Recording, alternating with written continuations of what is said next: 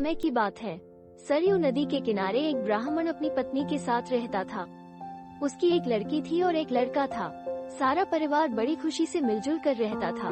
ब्राह्मण की बेटी की उम्र अब शादी के लायक हो गई थी, इसलिए ब्राह्मण और उसका बेटा उसके लिए एक योग्य वर ढूंढ रहे थे। फिर एक दिन ब्राह्मण अपने किसी यजमान के घर यज्ञ करने के लिए गया।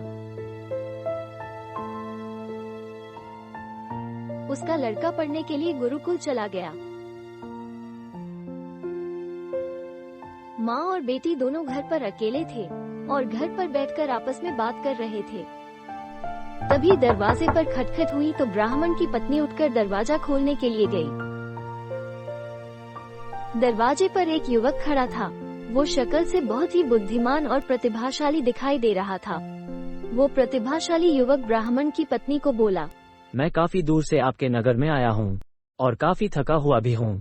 अगर आपको कोई तकलीफ न हो तो क्या मैं आपके घर में थोड़ी देर आराम कर सकता हूँ? क्यों नहीं, हमारी छोटी सी कुटिया में मैं आपका स्वागत करती हूँ। आप जब तक चाहें हमारी कुटिया में विश्राम कर सकते हैं।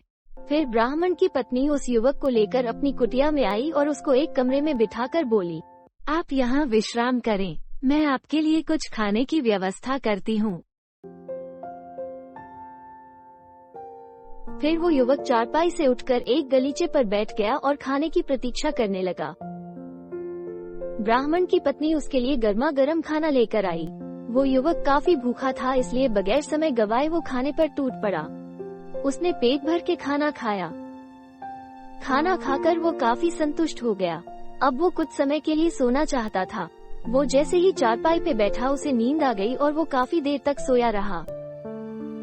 काफी समय सोने के पश्चात जब उस युवक की नींद खुली तो उसने देखा कि ब्राह्मण की पत्नी वहीं बैठकर उसके उठने का इंतजार कर रही थी।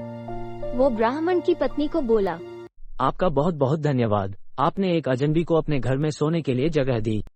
आपने इतना स्वादिष्ट खाना मुझे खिलाया। माफ कीजिएगा, मैं काफी थका हुआ था, इसलिए खाना खाते ही सो गया और मुझे पता ही नहीं चला और सोते सोते इतना समय बीत गया। नहीं बेटा, ऐसा कुछ नहीं है। मैंने जो कुछ भी किया वो मेरा फर्ज था। मुझे खुशी है कि मैं तुम्हारे कुछ काम आ सकी। और बताओ बेटा, तुम्हारे घर में और कौन कौन है? तुम क्या करते हो? तुम्हारे पिताजी क्या करते हैं? अपने परिवार के बारे में कुछ बताओ। फिर उस युवक ने अपने और अपने परिवार के बारे में सब कुछ ब्राह्मण की पत्नी को बताया।